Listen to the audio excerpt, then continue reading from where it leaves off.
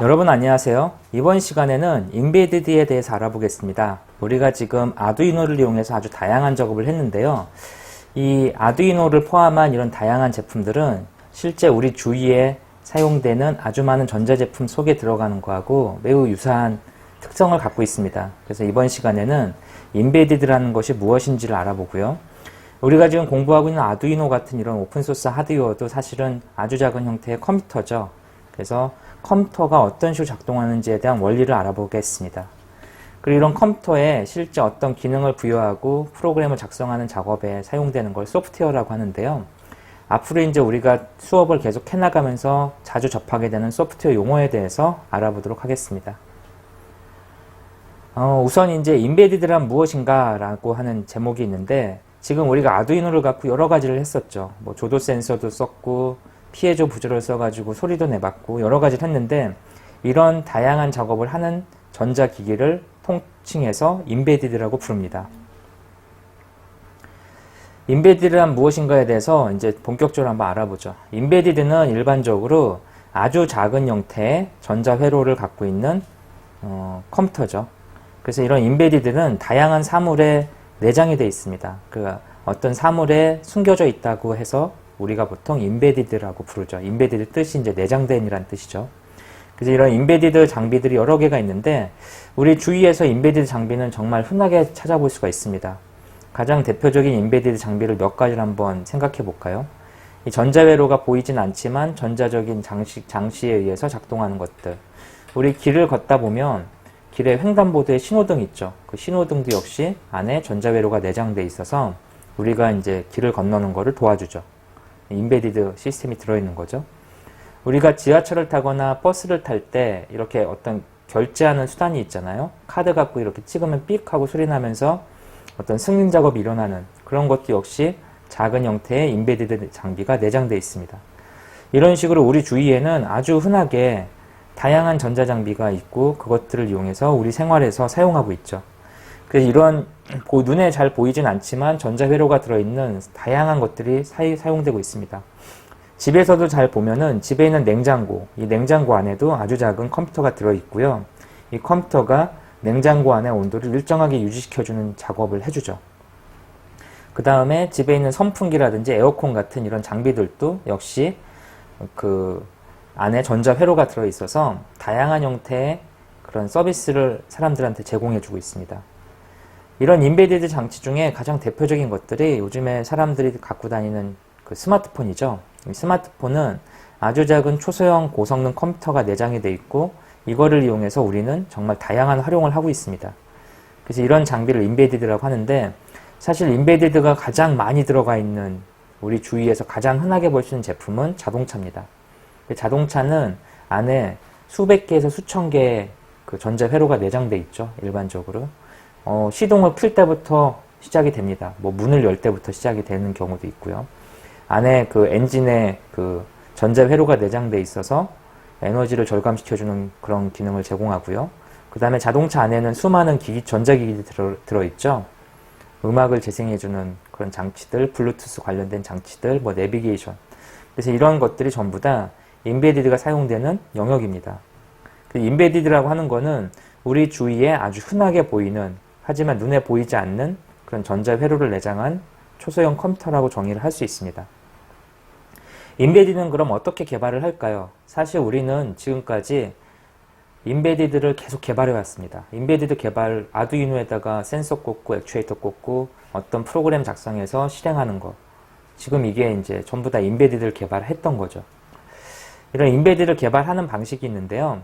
인베디드 시스템은 일반적으로 컴퓨터하고 다르게 그 입력과 출력 장치가 없습니다. 쉽게 말하면 컴퓨터처럼 키보드나 마우스, 그 다음에 컴퓨터처럼 모니터 같은 것들이 붙어 있지 않죠. 그래서 인베디드 시스템에서 작동하는 어떤 프로그램을 작성하기 위해서는 반드시 컴퓨터에서 먼저 작업을 해줘야 됩니다. 그래서 이제 우리는 지금 우리 아두이노 개발했던 걸 한번 생각해 보자. 아두이노 개발했던 거를 잘 보면 아두이노를 USB 형태로 컴퓨터에 연결을 했고요. 이 연결된 컴퓨터에서 우리가 아두이노 프로그램을 작성했죠. 그리고 아두이노에서 그 스케치라는 툴을 이용해서 프로그램을 컴파일하고 컴파일된 결과를 인베디드 아두이노 보드에다가 실행할 수 있게 그 업로딩을 했었죠. 그래서 지금 우리가 계속 개발해왔던 방식이 사실은 인베디드 개발 방식의 표준적인 모형입니다.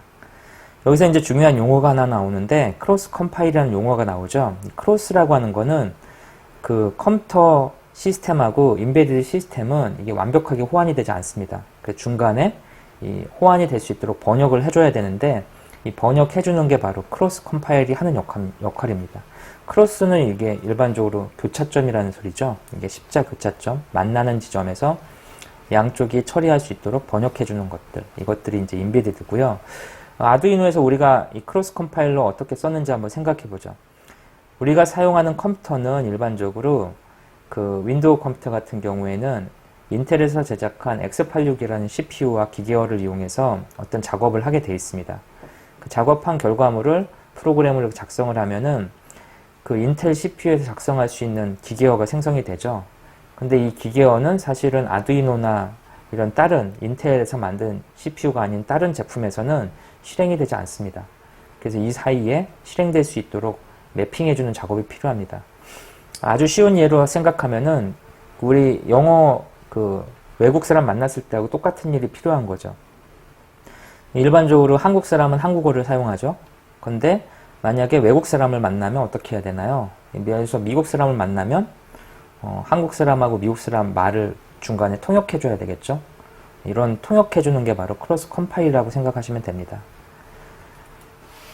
그래서 이제 그런 내용들이 있고요. 그래서 이제 우리 인베디드 개발 환경에서 이미 그 많이 개발했죠. 컴퓨터가 USB를 통해서 아두이노에 연결이 됐고요. 이 아두이노의 스케치 프로그램, 통합 개발 환경인 스케치 프로그램에서 아두이노에서 실행될 수 있도록 크로스 컴파일로 실행을 했습니다. 자, 이제 컴퓨터의 작동 원리에 대해서 알아보겠습니다. 우리가 이제 우리 주위에서 아주 흔하게 컴퓨터를 쓰는데 이 컴퓨터가 실제로 어떻게 작동하는지를 아는 사람은 그렇게 많지 않더라고요. 그래서 아주 간단한 기본적인 컨셉을 한번 이번 시간에 알아보도록 하겠습니다. 우리가 컴퓨터 프로그램을 작성할 때 그 지금 아두이노에서 우리 계속 작성을 했었죠. 뭐 보이드 셋업하고 뭐 타이핑해서 어떤 코드를 작성하고 그 다음에 컴파일이라는 과정을 거쳤습니다. 이 컴파일이라고 하는 거는 뭐냐면 사람이 알아듣는 문자를 사람이 인식하는 어떤 명령어를 기계가 알아들을 수 있도록 바꿔주는 겁니다. 근데 이 기계라고 하는 게 이제 전자회로죠. 이 전자회로는 사람처럼 똑똑하지가 않아서 딱 두 가지만 인식할 수 있습니다. 바로 0하고 1만 인식할 수 있는 거죠. 그래서 사실 우리가 작성한 이 문자열로 작성된 소스 코드를 컴파일하면은 0과 1의 배열로 만들어진 기계어 코드가 생성이 되는 거죠. 이 기계어 코드를 CPU가 해석해서 작업을 진행하는 거. 그게 이제 컴퓨터의 기본 원리입니다. 그래서 0101 뭐 이런 식의 기계어 패턴이 있으면 이 지정된 패턴을 컴퓨터가 CPU가 해석을 해서 그 명령에 맞춰서 어떤 작업을 하는 거죠. 예를 들어서 우리가 그 LED를 켜라는 어떤 명령어를 작성해줬다면 CPU 안에서는 그 명령어 자체가 0101의 어떤 조합으로 만들어졌을 거고 그 조합을 해석해서 CPU가 인식을 하고 그 다음에 LED를 실제 물리적으로 제어하는 거죠. 그래서 이게 이제 컴퓨터 기본 원리입니다. 그래서 이렇게 컴퓨터를 쓸 때는 컴퓨터 프로그램 개발할 때는 항상 소프트웨어라는 용어하고 하드웨어라는 용어가 같이 나옵니다. 그래서 이제 방금 전에 설명한 거를 다시 한번 정리를 해보면 사람이 인식할 수 있는 소스 코드를 만들죠. 그래서 우리가 이런 소스 코드를 작성했습니다. 그 다음에 이 코드를 컴파일이라고 하는 그 툴을 이용해서 기계어 코드로 변환을 하죠. 이 기계어 코드로 변환하면 이 코드가 0101의 어떤 조합 형태로 만들어지게 됩니다. 여기까지가 이제 소프트웨어 영역이죠. 기계어 생성하는 데까지가. 이 기계어라고 불리는 이유는 이 기계어가 실제 하드웨어가 읽어들여서 어떤 작업을 처리하는 언어이기 때문에 기계어라고 하죠. 이 기계어는 하드웨어의 그 종류에 따라서 전부 다 다릅니다. 이 기계어는 하드웨어 종류에 따라 다르죠. 예를 들어서 인텔 CPU 또는 ARM에서 만든 CPU 이런 해석하는 규칙 자체가 다르기 때문에 컴파일러는 하당 그 하드웨어 종류에 맞춰서 기계어를 생성하게 되어 있습니다. 실제 하드웨어는 물리적인 현상을 이용한 거죠. 일반적으로 우리가 사용하는 컴퓨터 CPU 안에는 이 실리콘이라든지 게르마늄 같은 이런 반도체가 들어있죠. 그 반도체에다 전기를 뭐 0, 1로 인가나 또는 끊어주는 작업을 하면 그 안에서 어떤 물리적인 현상이 일어나는 걸 바탕으로 컴퓨터 회로를 만들었습니다. 그래서 기계어가 인가가 되면, 기계어를 인식하면 컴퓨터에서 하드웨어가 물리적인 현상을 통해서 전기전자 또는 자기장에 관련된 다양한 물리적인 현상을 통해서 실제 어떤 결과물을 실행을 시키는 거죠. 이 실제 결과물은 아두이노 같은 경우에는 센싱하는 작업과 액추에이터 작업들을 가지고 결과물을 어떻게 외부에 표출을 하는 거였죠. 그래서 이런 물리현상과 그 다음에 여기에 연결된 다양한 전자 부품들이 연결돼서 작동하는 영역을 바로 하드웨어라고 합니다. 그래서 소프트웨어하고 하드웨어라는 용어에 대해서 여러분들이 좀 이제 개념을 파악을 하셨을 거예요. 소프트웨어는 사람이 인식하는 거를 기계가 인식하는 0101로 바꿔주는 그런 작업, 하드웨어는 전자기 현상을 이용해서 어떤 작업을 하는 거, 이거를 실제 한번 비교를 해보죠. 컴퓨터하고 인베디드라고 하는 개념이 있는데, 지금 컴퓨터 원리는 사실 인베디드 원리하고 동일합니다. 인베디드, 아주 작은 소형 컴퓨터가 인베디드라고 불리기 때문에 사실 지금 말씀드린 소스 코드를 작성해서 컴파일을 하고 기계어를 만들어서 어떤 제어를 하는 작업은 동일하죠. 하지만 컴퓨터하고 인베디드는 다릅니다. 어떻게 다르냐면 컴퓨터하고 인베디드는 입력 방식이 다르죠. 그래서 컴퓨터는 입력 방식이 키보드 마우스처럼 아주 명확합니다. 그리고 이런 입력 장치는 대부분 사람의 어떤 행위를 통해서 입력을 받게 되죠. 하지만 인베디드 제품은 이 입력 자체를 사람이 하는 게 아니라 이런 센서 같은 어떤 특정 디바이스를 이용해서 입력을 하게 됩니다. 그래서 센서 같은 경우에, 조도 센서 같은 경우에 빛의 세기를 그 조도 센서가 인식해서 저항값을 가지고 어떤 그 수치를 생성해내죠. 그래서 입력 방식이 다른 거죠. 그래서 컴퓨터는 일반적으로 입력하는 주체가 명확하죠. 사람이 입력하는 거고, 인베디드 제품은 입력 주체가 아주 다양합니다. 처리하는 방식도 다른데요. 일반적으로 우리가 쓰는 컴퓨터는 상당히 고성능의 CPU를 탑재하고 있습니다. 우리가 일반적으로 쓰는 윈도우 운영체계를 한번 생각해보죠. 윈도우 운영체계를 보면은 32비트 OS, 64비트 OS라고 하는 용어가 있는데, 32비트 단위로 한 번에 데이터를 처리할 때 32비트 단위로 처리하는 거 32비트 운영체계, 대표적인 OS가 이제 윈도우 XP 같은 것들이죠. 그 다음에 윈도우 7이나 윈도우 8 같은 경우에는 기본적으로 이제 64비트를 사용해서 처리가 됩니다. 그래서 CPU가 한 번에 데이터를 처리할 때 64비트로 데이터를 읽고 쓰게 하죠. 그래서 아주 고성능의 성능을 갖춘 그런 CPU를 사용하는 데 반해서 인베디드는 이 작동하는 그 타입에 따라서 아주 다양한 형태의 제품들이 있습니다. 예를 들어서 아주 간단한 전자회로, 뭐 문을 열고 닫는 전자회로가 있다. 그거는 기능이 정말 단순하죠. 그런데 그런 전자회로 만들 때 가장 중요한 건 뭘까요? 안정성과 가격이겠죠. 그래서 부가 아주 복잡한 연산, 속도 빠른 거 그런 거 필요 없고 아주 기본적인 걸 아주 빠르게 할 수 있으면, 싸게 만들 수 있으면 좋은 거죠. 인베디드는 사용하는 영역이 아주 다양하기 때문에 사용되는 CPU 종류도 아주 다양합니다. 그 다음에 이제 제어하는 부분을 한번 살펴보면은, 일반적으로 컴퓨터는 수많은 응용 프로그램을 통해서 아주 다양한 용도로 활용할 수가 있습니다. 웹브라우저를 이용해서 쇼핑몰에 들어갈 수도 있고요. 그 다음에 그 오피스 프로그램을 이용해서 파워포인트나 워드 같은 어떤 문서를 만들어낼 수도 있습니다.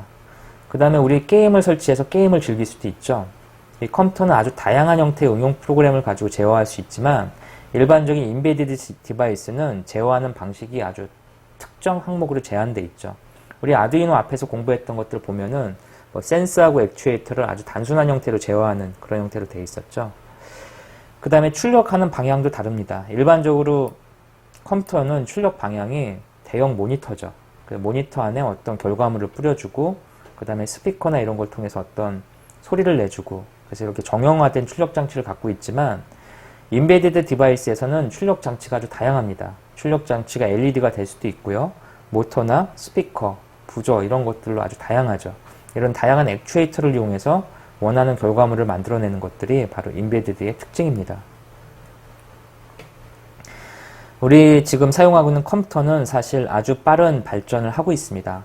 우리가 지금 쓰는 컴퓨터는 1940년대 중반에 이제 개발이 시작이 됐는데요. 지금 여기 보시는 게 바로 최초의 컴퓨터였던 애니악이었죠. 이 애니악은 0과 1에 대한 신호를 만들기 위해서 그 교환원 분들이 그 안에서 전선을 일일이 꽂았다 뺐다를 했죠. 그리고 사이즈가 엄청나게 컸죠. 하지만 성능은 요즘 우리가 쓰는 컴퓨터하고 비교가 안 될 정도로 나빴습니다. 이 최초에 만들어진 컴퓨터는 그 포탄에 그 전쟁에서 사용하는 대포 포탄에 그 방위각 같은 걸 계산할 때 사용됐다고 합니다. 이런 컴퓨터가 일반인들이 이제 접하는 타이밍이 바로 애플 컴퓨터처럼 애플이나 마이크로소프트가 이제 1970년대 후반, 80년대 초반에 이렇게 성장을 하게 되는데요. 이때부터 이제 일반인들이 컴퓨터에 대한 관심을 갖게 됩니다.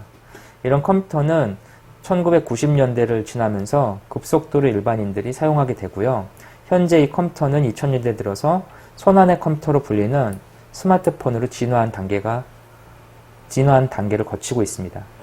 그래서 사실 컴퓨터는 뭐 역사가 채 100년이 안 되는데 우리 생활에, 일생생활에 아주 유용하게 사용이 되고 있습니다. 이번에는 우리가 앞으로 이제 계속 공부할 이 수업에서 계속 공부하는데 이제 나오는 중요한 소프트웨어 용어들이 있는데요. 이런 용어들에 대해서 한번 알아보도록 하겠습니다. 오픈소스 소프트웨어라는 용어와 오픈소스 하드웨어라는 용어가 계속 나오고 있죠. 오픈소스 소프트웨어는 어떤 것들이 있냐면, 일반적으로 소프트웨어는 초창기에 이 소스 코드를 공개하지 않고 실제 결과물만 이렇게 판매를 했죠. 예전에는 소프트웨어 개발을 하는 특정 업체에서 자신들이 만든 코드를 공개하지 않고 결과물을 돈을 받고 팔았습니다. 대표적인 회사가 이제 마이크로소프트 같은 회사죠. 마이크로소프트에서는 운영체계라고 하는 걸 만들어서 돈을 받고 팔았죠. 하지만 이제 그 프로그램 자체가 그 돈을 창출하는 그런 중요한 수단이었기 때문에 이 소스 코드를 공개하지 않고 독점으로 만들었는데, 이게 어느 순간부터 80년대 후반에 들어서면서 어떤 일이 있었냐면, 이런 소프트웨어를 특정 회사가 독점을 하다 보니까 발전 속도가 너무 낮다, 그리고 가격이 너무 비싸다, 일반인들한테 공개를 잘 안 한다, 그런 이슈가 생기면서 오픈소스 운동이 벌어지게 됩니다. 내용이 뭐냐면, 소스 코드를 공개해서 누구나 고칠 수 있게 하자. 그리고 누구나 이 소스를 이용해서 더 재밌고 더 유용한 것들을 만들어내는 걸 만들어보자 라고 해서 오픈소스 소프트웨어 재단이 출범하게 됩니다. 이 오픈소스 그 관련돼서 가장 유명한 게 바로 GNU라고 하는 게 있는데요. 이 GNU 재단에서 다양한 이렇게 오픈소스를 이렇게 키웠고요. 그런 오픈소스 중에 유명한 게 바로 리눅스라고 하는 운영체계죠. 그래서 리눅스는 여기 보시는 이 펭귄이 마크죠. 그 다음에 이제 뭐 웹브라우저에 관련된 거에 대한 오픈소스도 있습니다. 그 웹브라우저에 관련된 오픈소스는 모질라인데, 이 모질라라는 재단에서 파이어폭스라고 하는 게 여우죠. 이 여우를 관련해서 상징물로 내세워서 웹브라우저를 만들기 시작했습니다. 이런 식으로 해서 우리가 사용하는 유료 프로그램으로 쓸 수 있는 상용 프로그램 중하고 비슷한 것들이 오픈소스로 많이 개발이 됐고요. 이게 2000년도 초반에 아주 큰 이슈가 됩니다. 현재는 이런 오픈소스가 상용 프로그램보다 성능이 더 좋은 경우도 많죠. 그래서 이런 오픈소스가 아주 광범위하게 사용이 됐는데, 2000년도 중반에 들어서면서 왜 소프트웨어만 이렇게 오픈소스를 진행을 하느냐라는 이슈가 생겼습니다. 그러면서 탄생한 게 바로 오픈소스 하드웨어라는 컨셉이죠. 이 대표적인 오픈소스 하드웨어 컨셉이 바로 아두이노입니다. 아두이노는 소프트웨어뿐만 아니라 하드웨어 회로 전체를 공개해서 누구나 하드웨어를 쉽게 만들 수 있게 해보자 라는 이상적인 컨셉에서 출범을 한 거죠. 그래서 오픈소스 소프트웨어하고 오픈소스 하드웨어는 동일한 컨셉을 갖고 있고요. 하드웨어하고 소프트웨어를 동시에 이렇게 이용해서 개발할 수 있는 그런 기회를 만들어주고 있습니다. 통합개발 환경이라는 그 용어도 자주 나오는데요. 우리 지금 아두이노 공부할 때 스케치라는 프로그램을 깔았죠. 그 스케치라는 프로그램을 통합개발 환경이라고 부릅니다. 통합개발 환경은 영문 약자로 IDE라고도 부르는데요. 말 그대로 이제 영어로 번역하면 통합개발 환경이죠. 이 통합개발 환경은 기본적으로 세 가지 요소를 갖고 있습니다. 안에서 소스 프로그램을 작성할 수 있는 코드 편집 기능, 그 다음에 기계어를 바꿔주는 컴파일 기능, 그리고 이 기계어를 바꾼 결과물을 갖다가 실제 이제 버그가 없는지, 문제점이 없는지 고칠 수 있는 디버깅 기능, 이런 것들을 제공하는 것을 통합 개발 환경이라고 부릅니다. 아두이노는 스케치라는 강력한 통합 개발 환경을 제공하죠. 이 아두이노의 스케치는 그 디버깅 기능은 매우 취약하지만 기본적인 그 아두이노를 이용한 간단한 인베디드 프로그램 개발하는 데 있어서는 아주 유용한 그런 툴입니다. 좀 더 전문적인 툴로 MS에서 만든 비주얼 스튜디오 같은 툴이 있고요. 애플에서 만든 엑스코드 같은 툴들도 있습니다.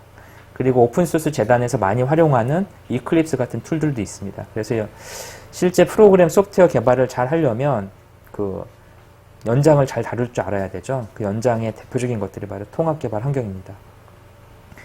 프로그램 언어에 대해서 좀 알아볼게요.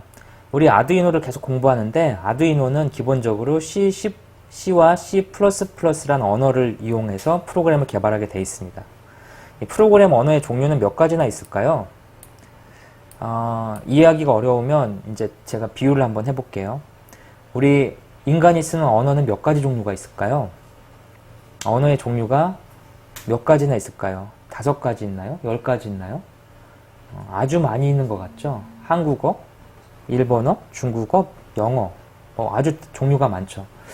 인간은 똑같죠. 눈, 코, 입 달리고 똑같이 걸어다니고 똑같이 생각하는데 왜 이렇게 언어가 많죠? 예를 들어서 사랑이라는 단어가 영어로 러브죠. 의미하는 게 동일하죠. 근데 왜 한국 사람은 사랑이라고 부르고 미국 사람은 러브라고 부를까요? 이유는 간단하죠. 사람들이 지역으로 이렇게 나눠져 있다 보니까 언어가 이렇게 다양한 형태로 파생돼서 만들어지게 된 겁니다. 한국어만 해도 사투리를 생각해보면 정말 다양하게 존재하죠. 프로그램 언어도 마찬가지입니다. 프로그램 언어는 명확하죠. 0과 1로 제어되는 전자 회로를 제어하는 거지만 이거를 이용하는 방법들에 있어서 우리가 인간들이 사용한 언어하고 동일하게 아주 다양한 파생 모델이 만들어진 겁니다. C++ 언어들도 있고요. 그 다음에 자바 언어, 그 다음에 파이썬, 노드.js, C# 같은 다양한 언어들이 등장을 했죠. C++ 같은 경우에는 특히 인베디드 시스템 개발에 많이 사용됩니다. 1970년대 초반에 개발이 됐고요. 자바 같은 경우에 이제 웹 프로그램이라든지 안드로이드 같은 모바일 프로그램 개발에 아주 많이 사용이 되고 있고, 파이썬 같은 경우에는 웹 서비스에 많이 사용되는 언어입니다. 나중에 공부할 라즈베리 파이도 역시 파이썬을 기본적으로 탑재하고 있죠. 노드.js 같은 경우에 웹 서비스를 기반으로 한 요즘에 가장 핫한 언어 중에 하나고요. 이 노드.js는 나중에 비글본 블랙에서 간단하게 언급이 될 겁니다. 이외에도 C샵이라든지 여러 가지 언어들이 있고요. 이런 프로그램 언어들을 이용해서 우리는 소프트웨어를 개발하게 됩니다. 이런 다양한 소프트웨어 개발 언어들은 실질적으로 기계가 인식할 수 있는 0과 1로 갖춰져 있는 기계어를 바꿔주는 작업이 필요합니다. 그 작업이 바로 컴파일러라고 하는 것을 통해서 이루어지게 됩니다. C++ 언어가 됐건 또는 자바 언어가 됐건 파이썬이 됐건 어떤 프로그램 언어가 됐건 결론적으로 그 프로그램 언어들이 제어하는 건 하드웨어죠. 그 하드웨어는 결론적으로 0과 1의 조합의 기계어를 사용해서 구동이 됩니다. 그래서 이 프로그램 언어, 인간이 인식하는 프로그램 언어를 적당하게 변환해주는 작업해주는 거, 이게 바로 컴파일러죠. 이 컴파일러는 하드웨어의 종류에 따라서 아주 다양한 형태의 기계어를 만들어주게 되어 있습니다. 그래서 이러한 기계어로 번역하는 걸 컴파일러라고 부르고요. 이 기계어 번역하는 메커니즘 중에 웹에서 특정 하드웨어를 똑같이 사용하면서 웹브라우저 안에서 가볍게 이렇게 실행되면서 번안하는 기능을 제공하는 거, 주로 웹브라우저 안에서 하는 거, 이런 거를 인터프리터라고도 부릅니다. 그래서 컴파일 형태, 인터프리터 형태, 그 다음에 컴파일과 인터프리터 형태가 두 개 다 조합되어 있는 버추얼 머신 형태도 이렇게 많이 사용이 되고 있죠. 단넷 VM 같은 경우에 버추얼 머신, 자바도 역시 버추얼 머신 위에서 작동하는 그런 형태입니다. 그래서 컴파일, 인터프리터, 버추얼 머신 이런 용어들이 나오는데요. 여러분들이 제가 이렇게 말씀드리는 기본적인 컨셉을 바탕으로 인터넷이나 책자를 통해서 좀 더 깊이 있게 확인해 보시길 부탁드릴게요. 우리 컴퓨터를 쓰다 보면 운영체계란 말이 많이 나옵니다. 운영체계라고 하는 거는 컴퓨터가 실행이 되는 데 있어서 하드웨어하고 소프트웨어 사이에 존재하는 그런 일종의 층입니다. 그래서 운영체계는 소프트웨어 영역에 들어가고요. 대표적인 운영체계가 MS에서 만든 윈도우즈, 그 다음에 리눅스, 오픈소스 리눅스 이런 것들이 있죠. 이 윈도우즈 같은 경우에는 기본적으로 컴퓨터에 장착되는 다양한 하드웨어를 제어할 수 있는 거죠. 제어해서 응용 프로그램, 앱이라고 하는 응용 프로그램에서 쉽게 쓸 수 있도록 해주는 역할을 합니다. 이 밑에 어떤 하드웨어가 들어왔건 이 앱에서는 윈도우가 제공하는 어떤 기능만 호출해서 실행하면 되는 거죠. 이런 윈도우 시스템, OS 시스템이 있기 때문에 우리는 다양한 응용 프로그램을 쉽게 만들어서 배포를 할 수 있게 되는 겁니다. 그래서 이런 운영 체계가 있고, 그 다음에 용어 중에 이제 멀티 플랫폼이라는 용어가 있는데요. 멀티 플랫폼은 뭐냐면, 여기 보면 윈도우 같은 경우에는 주로 이제 x86 CPU, 인텔에서 만든 x86 CPU에서만 작동을 하죠. 리눅스 같은 경우에도 x86 CPU에서 작동을 합니다. 하지만 리눅스는 우리 그 인베디드 시스템에서 많이 사용하는 ARM이라는 CPU에서도 실행이 되죠. 무슨 말이냐면 하드웨어가 달라도 그 위에 소프트웨어 단이 동일하게 작동하게 해주는 거. 이런 게 바로 멀티 플랫폼이라고 부르는 그런 컨셉입니다. 다양한 플랫폼에서 동일하게 작동하게 그 호환성을 보장해 주는 거. 이런 것들을 멀티 플랫폼이라고 부르죠. 지금 우리가 공부하는 아두이노는 사실 운영체계가 존재하지 않습니다. 아두이노는 기본적으로 하나의 앱이 하나의 CPU를 직접 제어하는 방식이죠. 그래서 이렇게 운영체계가 없는 방식으로 프로그램을 작성하는 거를 펌웨어라고 부르기도 합니다. 펌웨어라는 용어도 이제 있죠. 이런 펌웨어는 기본적으로 하드웨어를 앱 하나가 직접 제어하는 방식이고요.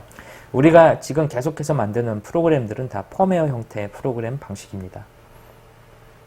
이런 프로그램 언어들은 계속해서 세대를 거듭해서 진화하고 있습니다. 그래서 1세대 언어라고 불리는 것들이 있는데 1세대 언어가 01로 구성되는 기계어죠. 이 기계어가 만들어졌던 시점에는 컴퓨터 기술이 그렇게 발전되어 있지 않았던 시점이고요. 그 진공관이라고 해서 아주 옛날 방식의 지금으로 하면 백열전구하고 비슷한 형태의 관을 통해서 이진수를 처리하는 그런 형태로 컴퓨터가 만들어졌습니다.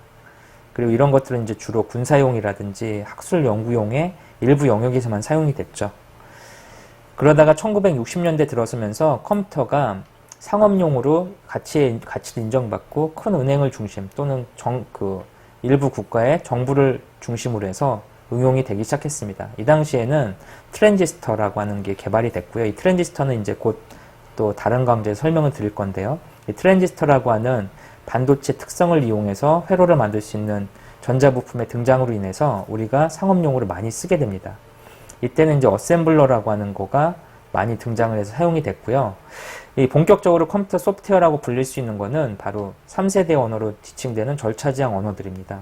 1970년대 들어서 이 컴퓨터가 메인프레임 서버가 등장하고 그 좀 큰 기업을 중심으로 아주 활발하게 사용이 되기 시작했습니다. 이 당시부터 이제 인텔이 두각을 나타내면서 CPU를 개발하기 시작했고요.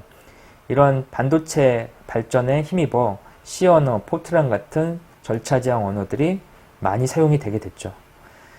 1980년대에 들어서 소프트웨어가 아주 많이 본격적으로 사용이 되기 시작했습니다. 바로 PC의 등장이 있었고요. 1990년대 중반에는 인터넷이 등장하게 됐죠. 이때는 소프트웨어 개발 생산성이 상당히 중요한 이슈가 됐기 때문에 개발 생산성을 염두에 둔 객체지향 언어들이 많이 두각을 나타내기 시작했습니다. 대표적인 게 이제 C++ 이런 것들이 대표적인 객체지향 언어죠. 그래서 이런 객체지향 언어들이 두각을 나타내고 아주 활발하게 일반인들한테 컴퓨터가 보급이 됐습니다. 2000년대 넘어오면서 다시 5세대 프로그램 언어들로 불리는 CBD라고 하는 개념이 등장을 했는데요. 이건 Components Based Development라고 하는 건데 이 객체지향 언어 중에도 자바나 C# 같은 언어들이 이런 5세대 언어로 두각을 나타내고 있습니다. 이런 5세대 언어의 특징은 플랫폼을 가리지 않고 동시에 실행되는 그런 기능을 제공을 하고요. 기본적으로 프로그램 언어들이 다양한 유무선 네트워크에 연동이 돼서 어떤 처리를 할 수 있게 만들어진 거죠. 이게 타겟도 단순하게 PC, 인터넷이 아니라 스마트폰, 모바일 같은 스마트폰, 그 다음에 클라우드 기반의 어떤 대용량 시스템 연동시키는 부분까지 확장이 되고 있습니다. 현재도 프로그램 언어는 계속해서 진화를 거듭하고 있고요. 이와 발맞춰서 하드웨어도 계속 진화를 거듭하고 있습니다. 여러분들이 이제 이런 쪽에 그 프로그램이나 이런 인베디드 시스템에 대해서 관심이 많이 계시다면 이제 좀 더 관심을 많이 갖고 우리 생활 주변에서 어떤 것들이 실제 인베디드로 사용이 되는지를 한번 찾아보시길 바랍니다. 이번 시간에 공부한 내용들을 바탕으로 소프트웨어, 하드웨어에 대한 특성을 좀 정리하시길 바라고요. 컴퓨터, 스마트폰, 아두이노를 한번 비교해서 이게 어떻게 다른 건지 한번 알아보시는 시간을 가졌으면 좋겠습니다. 컴퓨터에 대한 좀 더 자세한 내용은 위키피디아를 좀 참고하시면 좋을 것 같고요. 이런 위키피디아를 바탕으로 다양한 책들을 좀 공부를 하신다면 이쪽에 대한 전문 지식을 더 많이 갖추실 수 있을 겁니다. 이번 시간에는 좀 길었는데요. 이번 시간 내용이 앞으로 공부할 부분에서 중요한 용어 설명이 있기 때문에 정리를 잘 부탁드릴게요. 이번 시간 여기서 마치겠습니다.